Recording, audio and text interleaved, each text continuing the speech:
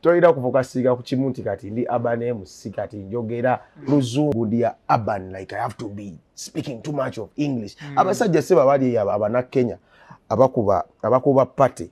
When you look at their mixtapes or listen to their mixtapes, they don't only specialize in English, but they come ku Luswahili, and Luswahili is their local language. Okitegera ayogera n'oluzungu no naye ngolama no in fact owulira ng'oluzungu ikiso Luswahili luyinza n'okuba lusinga n'oluzungu lwayogera ninga Bible okola ki ogibulira binyuma ate biri international n'omuti n'omunyarwanda asobola obbiwulira. Okitegera, so you guys should be versatile. Ate nalabako n'ekirala nti ntera okubaako ku mixtapes za MC Gogo. Nti bw'oba bakubye kamiliyoni amegashona amanya akagambo k'Oluganda get oba bakubye Diamond oba ani owe Rwanda like kitegeera kyoyogerako. So the challenge most MCs that get abakola maybe downtown okugenda eri ayinza okujja ate 80% Oluganda lwakozesa eno ekawempe ate n'alutwala eri ebugolobi omugagga ate nakiraba nti musajja aliroko nnyo class aligisuula. But try to do a 50-50 if possible. Do a 30-80 or 30-70. Be versatile with you. Be actually linguistic. That's the right word to use. Because these places, echibaula just echaula mbu class mu Uganda. Nti amanyi Oluganda, oli amanyi Oluzungu, oli amanyi Oluzungu lungi. That's all. Tewali kirala. Maybe in a dress code. Eri tolina kubeera too much. Tuyambadde bikala bingi biki. Alright, tubaniza ku Bounskin event YouTube channel amanya gange zashimwe MC Kampala's Brown Daddy noko luwalero tusinziddeko wano ku kafuke baita Tony kasangibwa kwa Kamesi Mall kafuka lungi nnyo wayagalwa okudigidamu weekend wawo spending ira sobola okujja wano nyini nofuna ekisinga noko luwalero negatiddwako muganda wange MC Funta, one of the biggest MCs we have in Uganda right now. Abakubi ba party timwetaga nnyo mu bannyonnyola sajja mumanyi vibe abanaze oli kimukkiriya tuga kwogera ku bintu bingi nnyo naye nga sinnamutabe yanjulire ababuuzeeko tuula kalira gwatanaba subscribinga sharinga niyo nyongera okwebaza nnyo abawagira stories affe buli story gye tuteekayo nga gwe munayite kusubwa ugamuna notification ibo toddukirawo mbiro. So kalira tuula owulirize era oyige tolondamu bibi londamu birungi byokka. MC Funta buuza ku batwa tukwaniriza ku Bounskin events. I'm humbled to be here. Era ndi musanyufu nnyo that you've given me a slot here. Bulamu buli butya? Obulamu butambula bulungi. I'm not complaining. Last year was fair. This year is starting way good than or better than last year. And I love the vibe already. Okay. So emirimu so far how is work? Emirimu giri fit muganda wange. Emirimu giri fit gitambula bulungi. Tukasitoba ne game plan. Strategy. Ina strategy nomanya nti siyimiridde ku kimu nti yes ndi MC naye nsobola okukola ekintu ekirala ndi mu bbaala basi nina initiative nadio nsobola okupushinga obuilding a brand obuilding n'abantu abalala. Omanyi creating a legacy is more earning than just earning money out of a night or a particular gig. Legacy is key actually in this kind of career of being an entertainer. I get. MC Funta. So tusetandikire kulinnya. Erinnya lyo libuzaabuza abantu bangi. Most people are like Funta because it's spelled F-U-N. Chiringa Funta kati wochogera mu Luganda wogera pronouncing Funta. Though this name was derived from the word fun. Kunyumirwa, the English word F-U-N kunyumirwa. So kati nekongerako bwongezi kusika eri omuntu n'amanya nti nja kwata wali akazina ne watu wali amanyi ngambe Fanta, someone will be like what? Fanta MCEE? Nakuwa amatu. You get that was kind of the concept, but I'm not like using the other soft drink word. Fanta. So the word is Fanta chiva mu kigambo fun kunyumira ta. Fanta. Funta amanyi ko ino mwagozi watamanyi manya go matuufu kati Funta omutuufu oli nga tuzzeeyo waka mu kyalo yani amanya ga matuufu oba ge bampa on the day I was put on earth by my mom or dad amanya ganze Ejjet Edwin Joshua. Yeah. Kitegeeza toli Muganda. Siri Muganda though mama wange ye Muganda. Naye olwogera ng'Omuganda. Ati nkulidde wali obuzibu. Tuyiridde eno from nga nkyali bwenti mbadde ng'eno mbadde njiribira eno mu Central. I've not been so much up in the north at my dad's side. So buli kimu mbadde nga ndi eno nkulidde eno. Kitegeeza kati n'olulimi lweri tulumanyi oba olumanyi? Olulimi lweri mpola naye nja kugenda ndugattako. Kati no my first time okulaba naye mwe tomanyi Luganda. Kimanyi. Most people actually baba balowooza simanyi Luganda. Because you use English most of the time. I use English most of the times when I'm doing my hyping part or MCing part. Yes. MC Funta, the presenter. By the way. MC Funta, the vice president. Ekibiina ekimu ekyorganizinga dance competitions oba ekigezaako okugatta abadansa bonna mu Uganda. That is the Dance Quarter Game. Uganda Dance Quarter Game Association. Yes. MC Funta hype man. Kozeko n'amabaala mangi. From down here nzisosola by the way mabaala. Yeah, sosola baala. Akuwa mulimu gw'okolera. Kasonga tugenda kumpa ssente wezi tizenjagala nga ndaba mpitawo. I don't mind no olina kafunda ako zijja nenkola kitegeera so wano wengambira emusabali banaye. Yes, we want to create brands, we want to build, we want to see ourselves up on bigger stages but sometimes abantu bano abawansi be bakwanika kitegeera kati otandika ogamba nti ofunyeyo kagigi nogaa kati ennaku zino bakuliriza side ki kololo bugolobi nkola bugolobi nkola kololo. Omwana w'ennansana oba manager w'ennansana yakula nga otandika wajja watandikira n'akuyita n'akwa kagina oyagala ssente meka n'ozimugamba nagaa nja zikuwa ate n'omwana n'omuzolera nga okuba ku lunaku lwennyini n'omugamba nti sisobodde kujja oba sijja kujja because of you wanting to like sikyasobola kukolera obubaala. I think you guys should stop that because ne Puffy we yajja wano actually DJ Puffy those are one of the people bentunuulira oba benatunuulira when I'm entering this game of MCing though DJ but ayinayo ne party eri nti yakuba ayogera kati yeye muntu gonatunuulira nnyo and I come down here I look at Aluda. I used to listen to Aluda nga nkyalina mu ssomero yayinanga show ye ku Radio City eya Saturday nga nze ninda session ye nga gobeera wali. Yeah, so such people Aluda ye muntu goyita ne waba bamuyise ggulu nga alina okuba ku bandali oba nga alina okuba ekololo nabagamba maganda bange sijja kubeerawo kangene nfateyo keeri then nja kudda maybe when I'm available.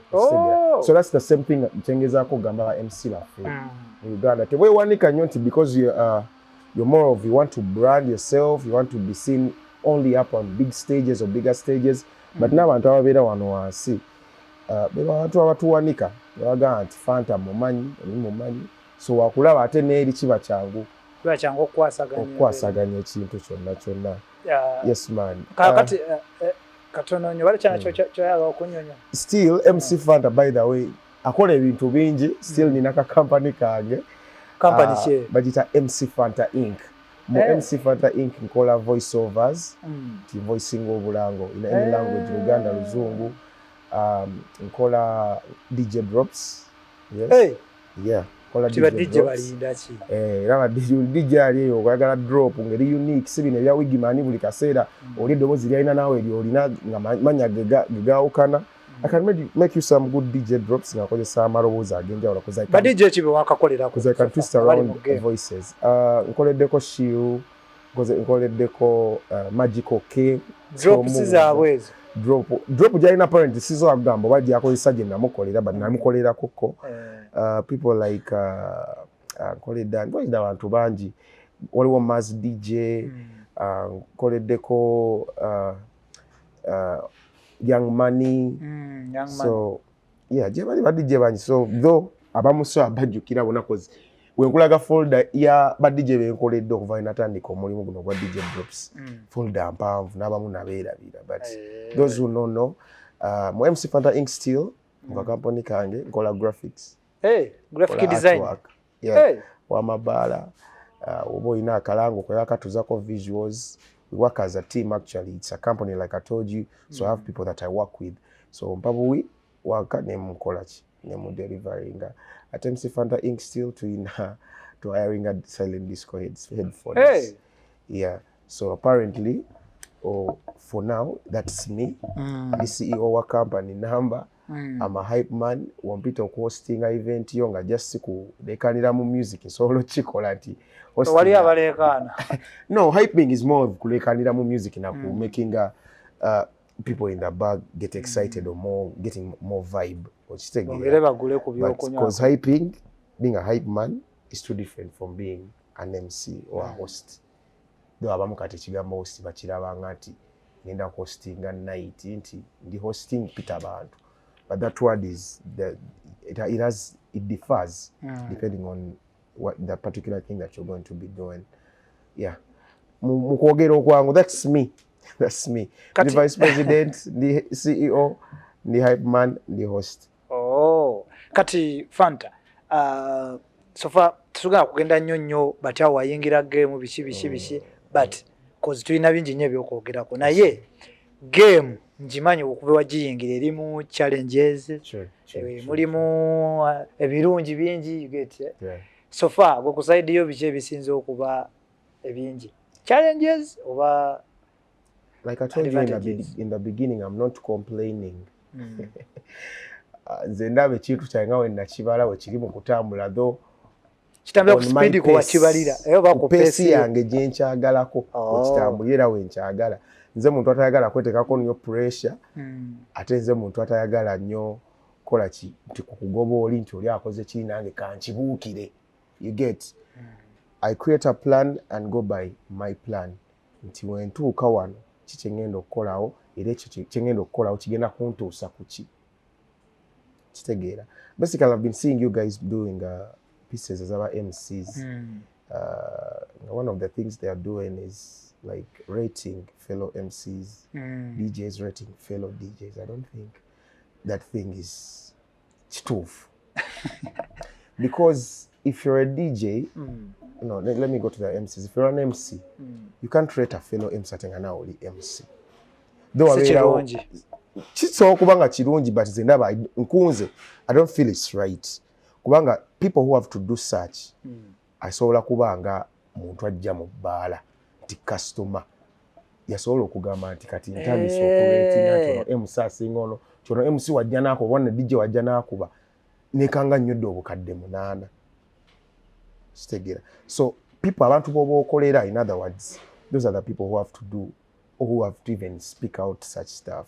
I'm rating on a single oba managers depending on how sales obazira abantu ono wakola tukoze wetu zino sete zeziyingidde oba oli wakola abantu bafulumye mangu. So rating to me an MC rating fellow MCs is not right. A DJ rating fellow DJs, I don't think it's right. Anti kati kuba mumbe twakyazaako wano abamu bakikolanga sign of appreciation. Ekyo kyanjawulo ekya appreciation n'okurating abantu okitegeera waliwo okugamba nti nze we nali nzija natunuulira ono natunuulira oli n'ekino ekyokugamba nti nze ono yasingira oli asinga oli. And basically it's toxic when it comes to nga bintu bya ebiriwo kale nti nawe okyali mu game noli go rating naye ali mu game yemu and you're in the same maybe age bracket or like gundi yemu nti ojja musanga ku bbala lyerimu nga lyokoleramu. I don't think that thing is right. Ojja kulekayo oluusi omuntu akunoona bintu weebiti. And I don't think such beef is productive in our business. Kati gwe Fanta, like game weno like ani akuinspiring ojiyingira muga. Yeah, when you talk about inspiration, like I told you in the first place, I looked at Puffy, DJ Puffy Wanewaka. I was listening to that Sir Luda. at Radio City. I grew up listening to ngamba grew up banyinza okubanga nkuba nnyo but when I gainingira interest ino njabera MC abantu benawulirizanga Aluda Puffy waliwo gundi omukulu gwe bayita Duke Play simanyi oba omumanyi aye muwuliddeko Duke Play akola ku XFM I used to listen to him n'abalala bangi ne bafeero MCs abali mu generation yaffe yemu I used to listen. Actually, used to listen to most of every MC just to pick a leaf from each one so that I combine and make out a unique brand out of me. Oh, kati serious game oji like any financial. Oji mazemu banga choba etandika. Serious game, I think njitandise 2 years back. Hey. Yeah, 2 years back. But your game ya MCing into lwaki be MC bensinga okuba nabo wano baba tebalina nnyo experience like banga dene bamazemu gundi naye nga they are doing well kiva hard working baba hard working kyekisooka yes and naturally like sacrifice when I say sacrifice omuntu asobola okugamba nti yo MC gundi ne gundi nkuwadde ebbala weriti ne weriti jangu osooka ompeemu akantu ako ate asigale nga akugamba na weekly basis jangu oyongere ompeemu boss akulabe jangu oyongere ompeemu so wesanga you investing a lot like transport wise oyina okutuuka kuba oyina okufuna ka vibe ofuna ekyokunywa oluso wakozeyo tolina kyolina mu nsawe waka wababanja okitegera bamba baba ne families olusi wetaaga okubeera presentable you know on stage ng'omuntu wakulaba dress code nayo mattering so those guys maybe that have made it naturally anti by now mikwano like jiba jiambako okuba pushing I believe that's also some point that so twade ku to branching twade ku serious game ojinga 2 years back oyingira gani kati 9 kolera kasente sibya yitamu utandika nani muntu cyane ngo serious like I told you kati ku serious ko madena akatandika kubanga basically mu lockdown that is gonjoga lockdown that's like 5 years back 5 years back kati awo nali nganjiribire nnyo ntandisa Delta TV nkoze ezo sheze ezalinga ezekiro nti abantu bali mu lockdown naye nakashoka ngaawo nange nakadance DJ akuba MC ayogera abantu bakuba pate banywera waka kitegeera by the way I want to shout out by the way ngatifunana again ku serious business before even doing anything serious waberawo emirandira I would like to talk about that waliwo omukyala gwe bayita Brand Tasha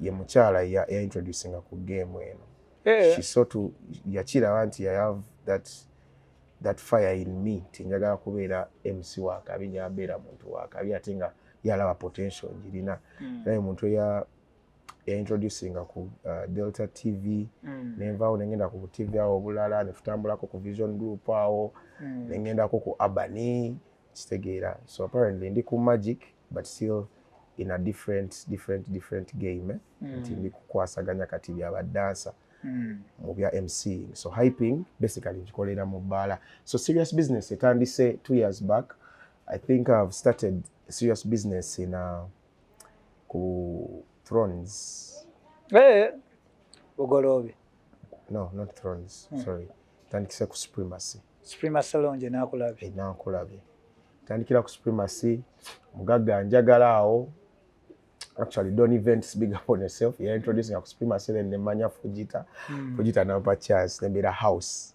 MC ngebalero yakagulawo ngeboominga so I was almost working every single day but waliwo yatukawo bimanya ebintu byaffe tuka ekiseera ngo mugagga yagala okyusaamu because you can't always be the same face every day every time kubanga naye aba yagala customer bafune feel endala so ebijjama ogundi nga tulina okukola n'abantu abalala kitegeera so mukola n'abantu abalala of course ebintu byaffe bibaamu ki ekikono kati nze muntu ayagala peace I choose peace over violence kubanga ndi muntu alisooka kitegeera sayagala sibira nnyo mu bintu byakuyombagana kusika muguwa I rather let that go then I move to the next thing so we twayingiramu abantu abalala biki be tulina okukola nabo osanga oli akwogerera kiri omugaga oli akwogerera kiri ate nze siri muntu nnyo kwagala ku defendinga kwogera like aho yakulimba kiki.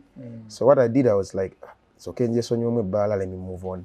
So when nafunira exposure bagamba kugoba yakola ki yakola kubo. I met new people from different bigger places. I met man like it's called Hades, DJ Hades, akola ne Energy Radio.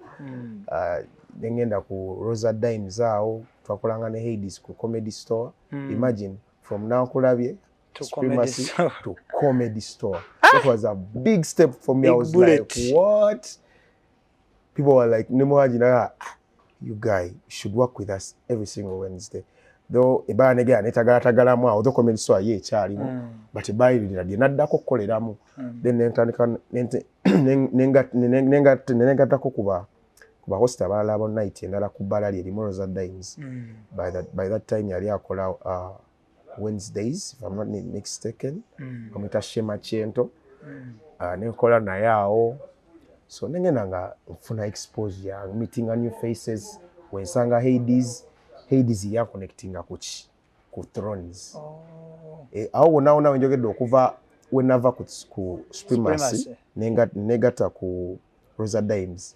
Okutandika ku Rosa Dimes, that was now serious business. People were paying me the right money that I used to want or that I was asking for. Yeah.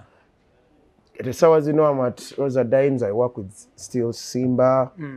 Rather, I used to work with Rosa Dimes. Then I went to Thrones. Thrones introduced me to Simba, African Simba events. Yeah. African Simba events, catwalk oyongeze ku ora nkozeyo.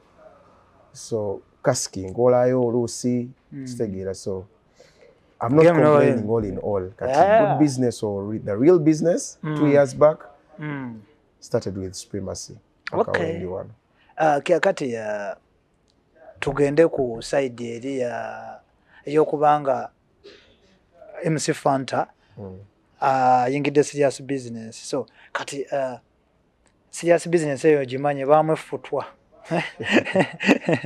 Ebamuga wacho no bamuwa kanji. So far tebiri wonyonyonyonyo. Kati waliwo enjawulo olaba amabala agaffe agali waagana ge tutandikiramu nga tutandika careers zaffe. Yeah. Those bars are too different from the other bars. As it were real money or real business.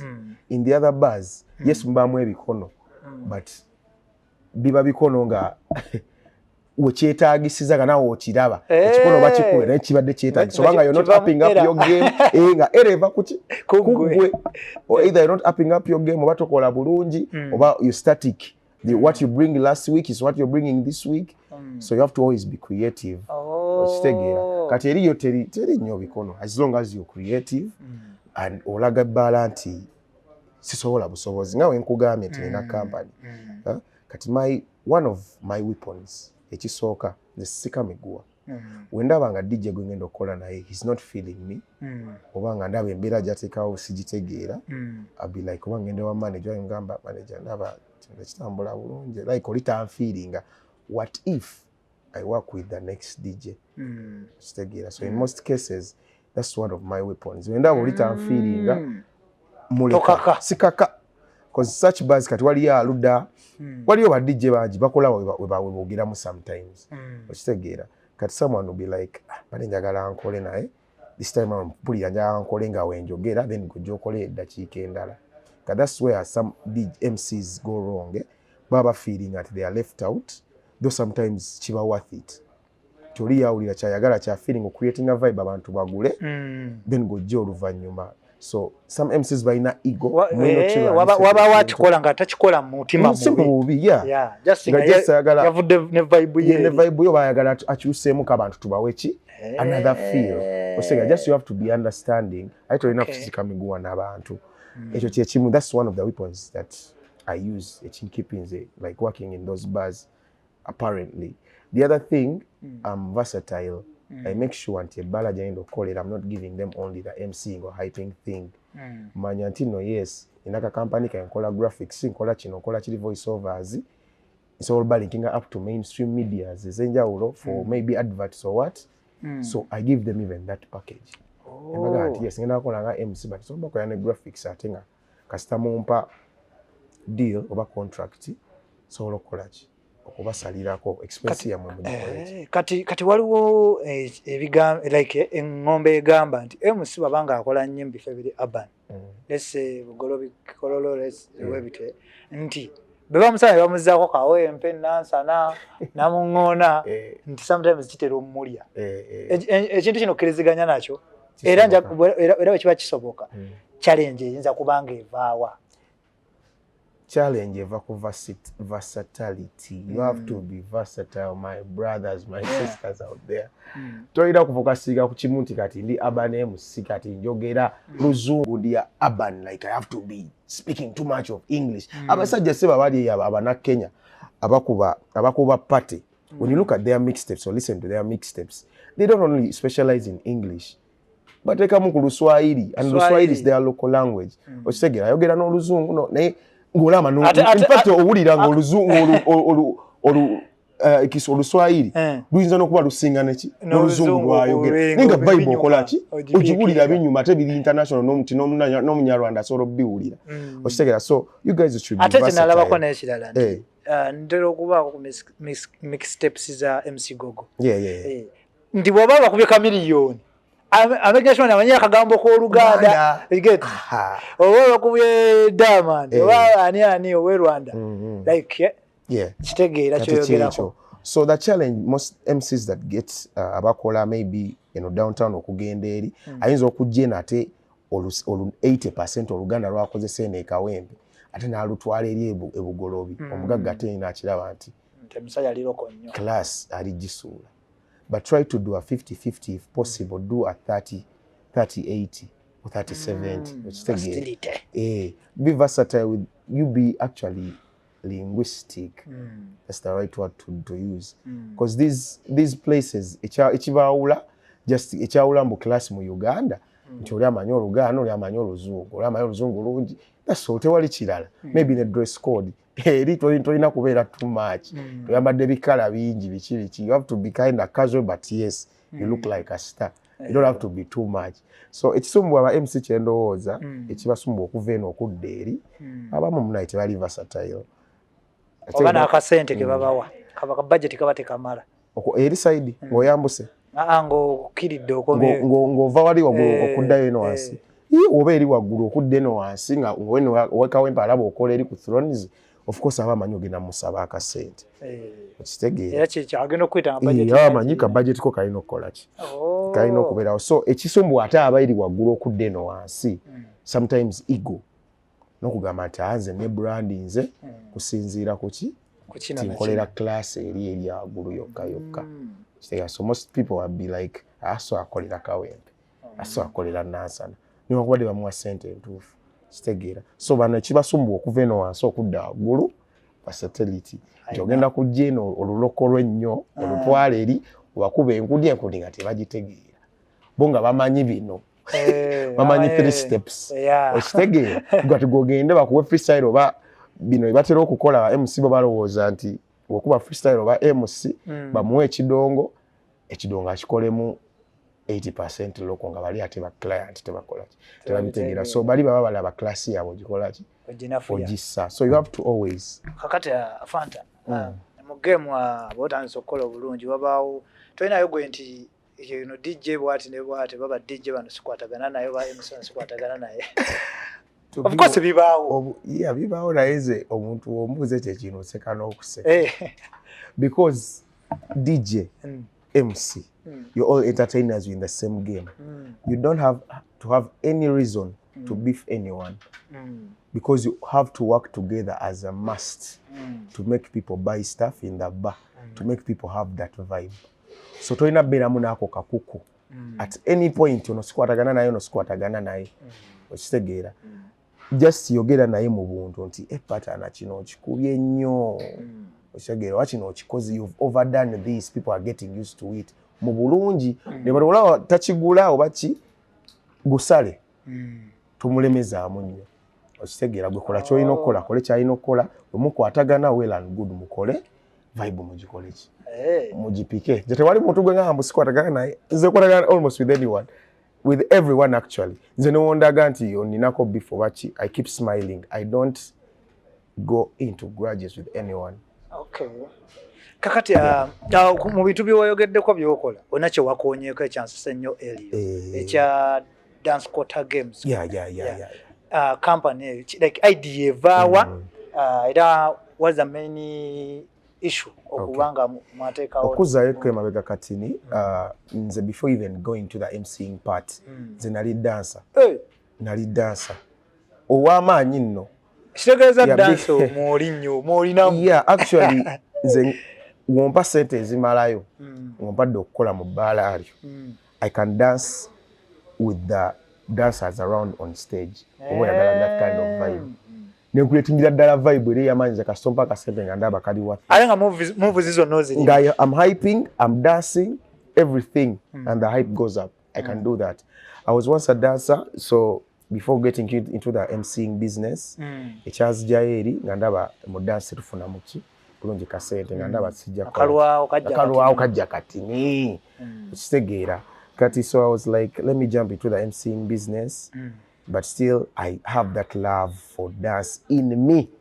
So that's one of the main points why I ventured in this other business of joining of creating a dance association so that we support fellow dancers okubajjayo n'okumaking sure nti batandise okufuna sente ennungi out of their business. And I believe and I'm proud to say this, Ntino, the Uganda Dance Quarter Game Association, we are one of the reasons why dancers nowadays are hired in bars. Okuzina nga DJ wakuba everybody is now adopting that kind of thing. And I'm happy to say and I'm proud to say it to the other reason, one of the reasons why now bars are considered tubataddeyo kubanga nze nalinga ngenda mu mabaala ago nebagamba naye newaninga ninjogera ne host bane naye olaba otya mu set yange bwembitayo ko omwana omu babiri nga dancer nakola eddakiika nga 3 oba 4 kiri kitya wamwa opportunity nga mbateekako akasimu nti yo muyiteemu kati bamanager bagenda bakira nti kino nno sobola okukola ki tukolera sente. So that's why most people you're now seeing namabala gana agali wansi gemuyita agawansi agali eno wansi they're also adopting the what the same thing.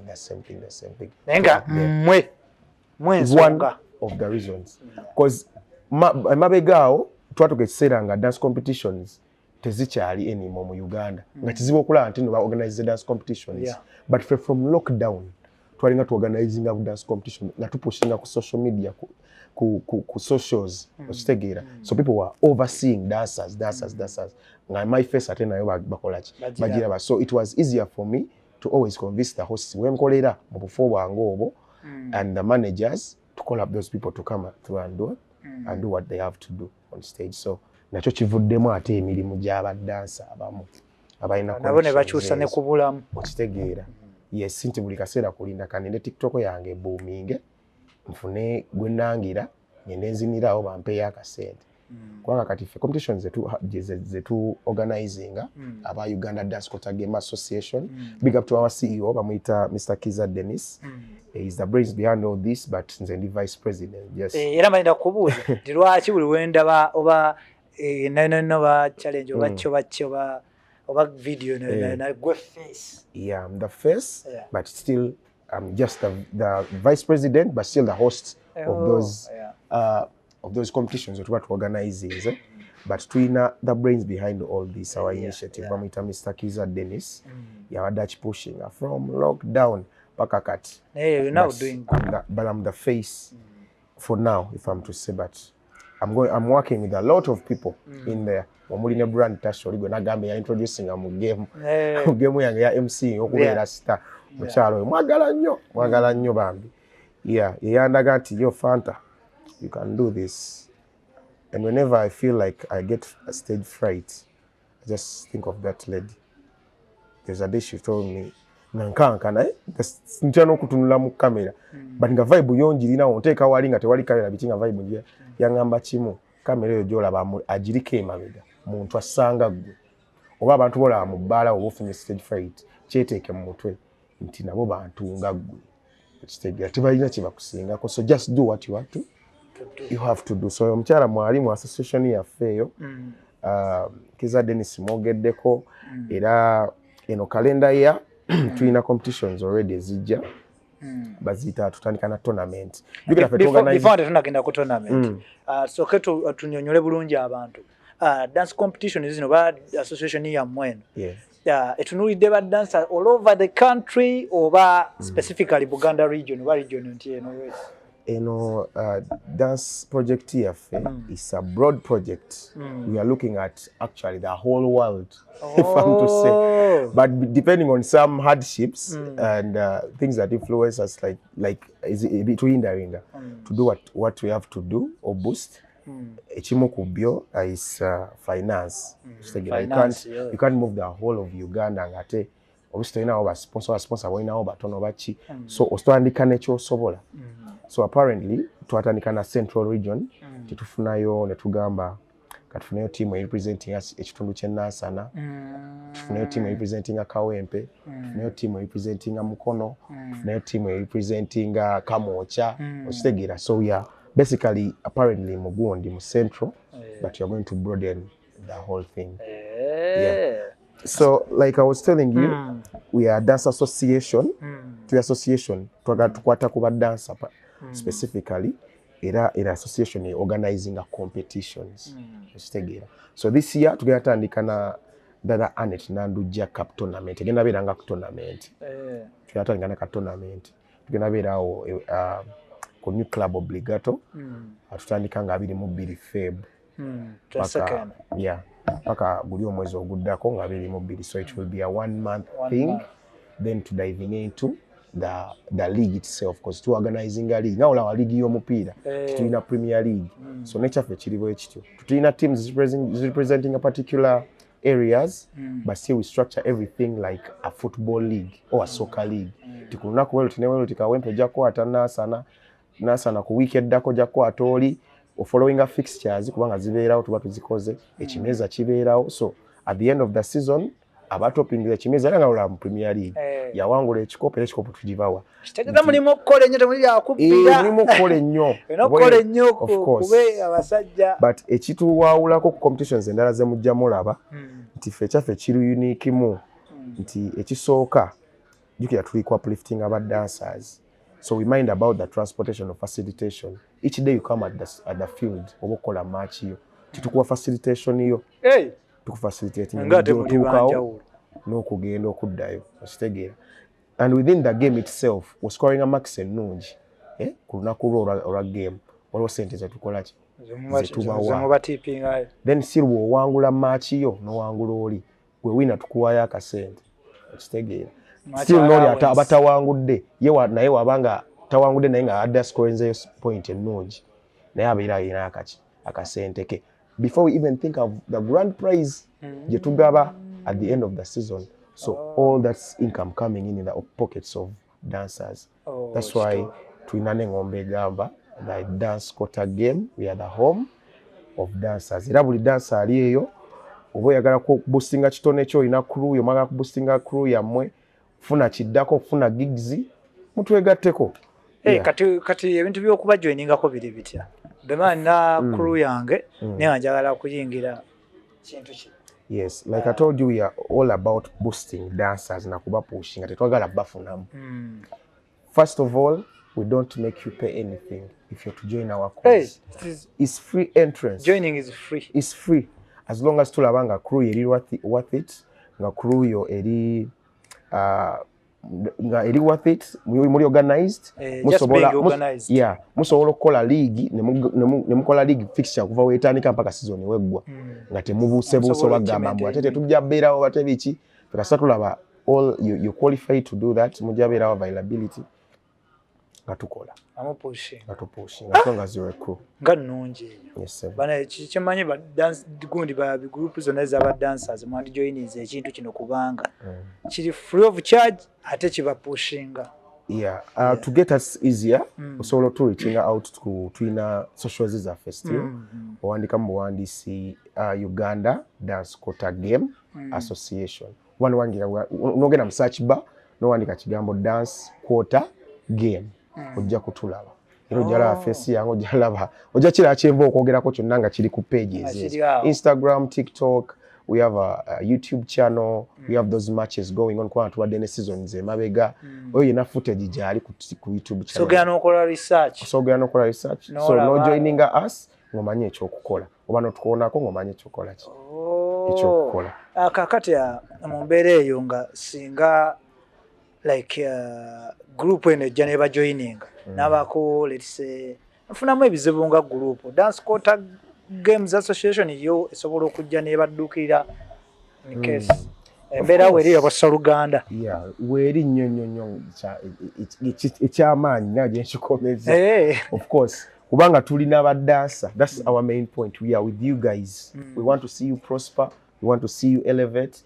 We don't want to see you in misery anymore. Because ze ndabye ebintu mu bbanga lye naliko dansa.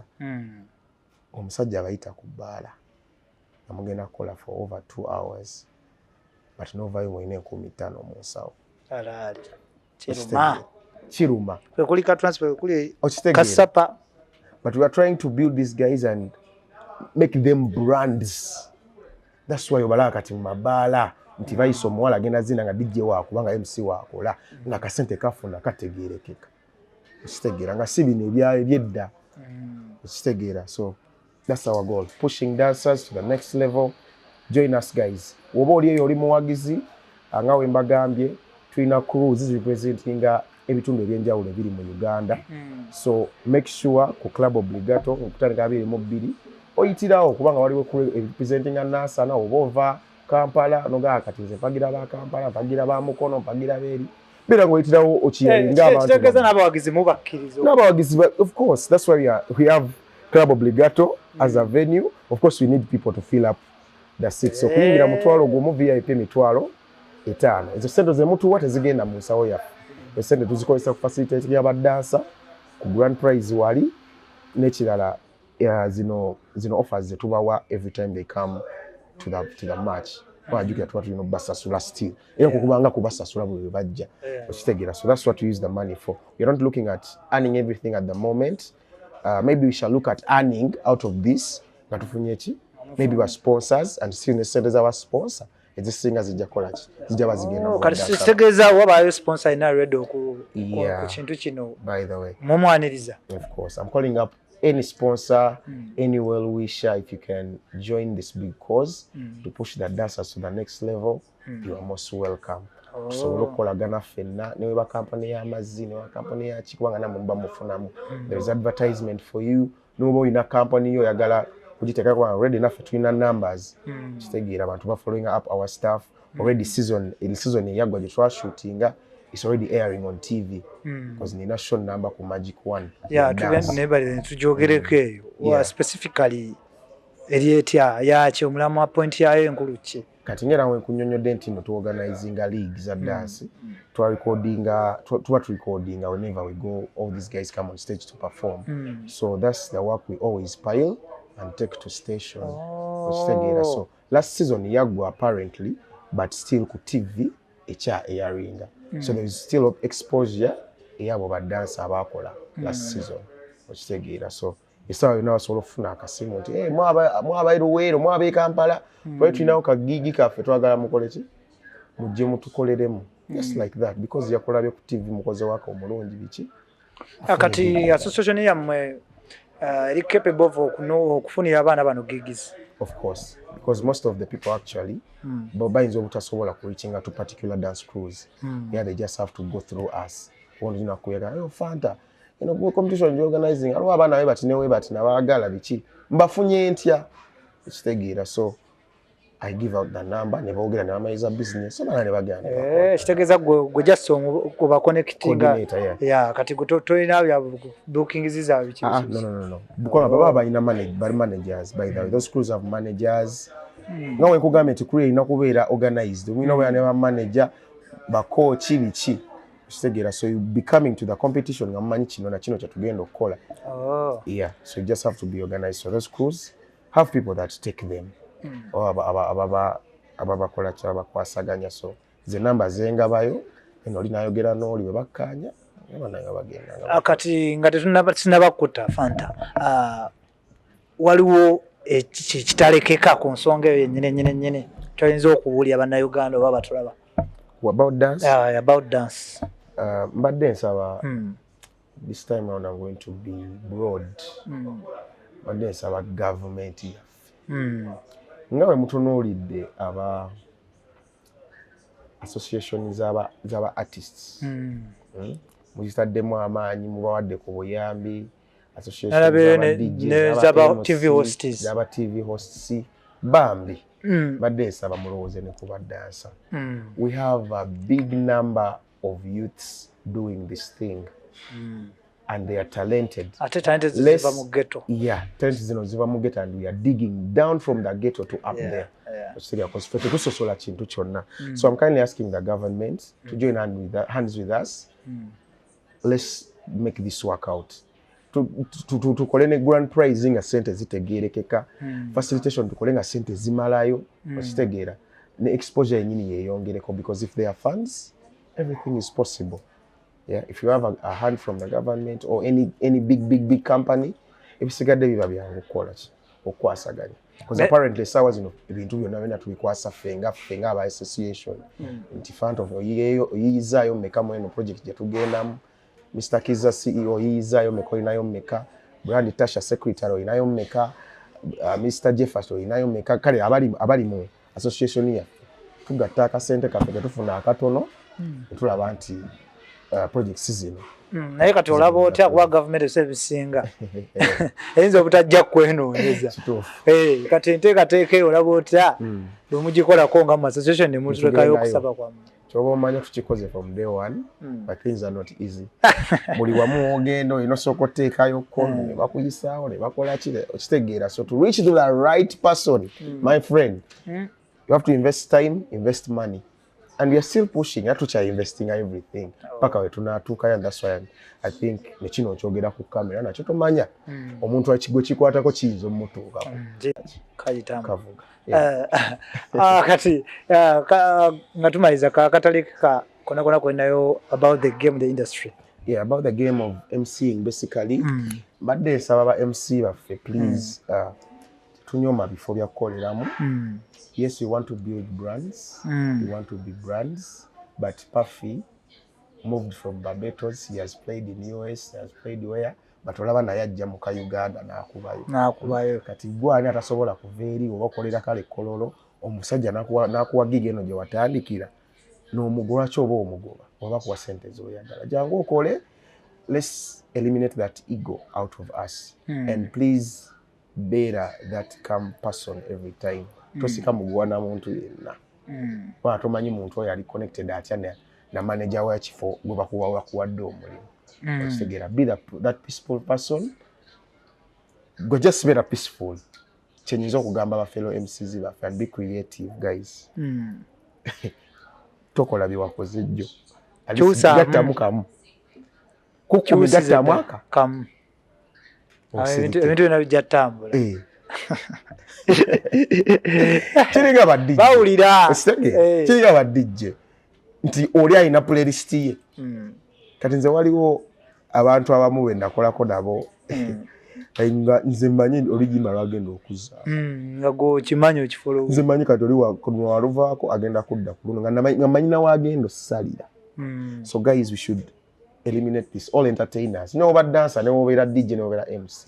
Twetaaga abantu kumanya nnyo. Tuleta abantu kutegeera nnyo nti ono ava ku kino agenda ku kino. Kano kavumu akava kagenda kano. Ono olimba DJ wange luvaako agenda saladde ku luno. MC ali kukola freestyle oba kiba MC abakola ebyo. Nti ogenda yimba kana kayimbo waluva nga oli amanyi nti ono waluvaako walutuyimbisa. Tudda ku luli ngeringa anthem. Try to make research, be creative. Sina gwe numba. That's obagambako bugambi. But I'm so calm and I'm that peaceful person and I love every single MC and DJ out there. Thank you for the great work. As Ugandans in the entertainment industry, I see you are elevating and I'm seeing that one love within us.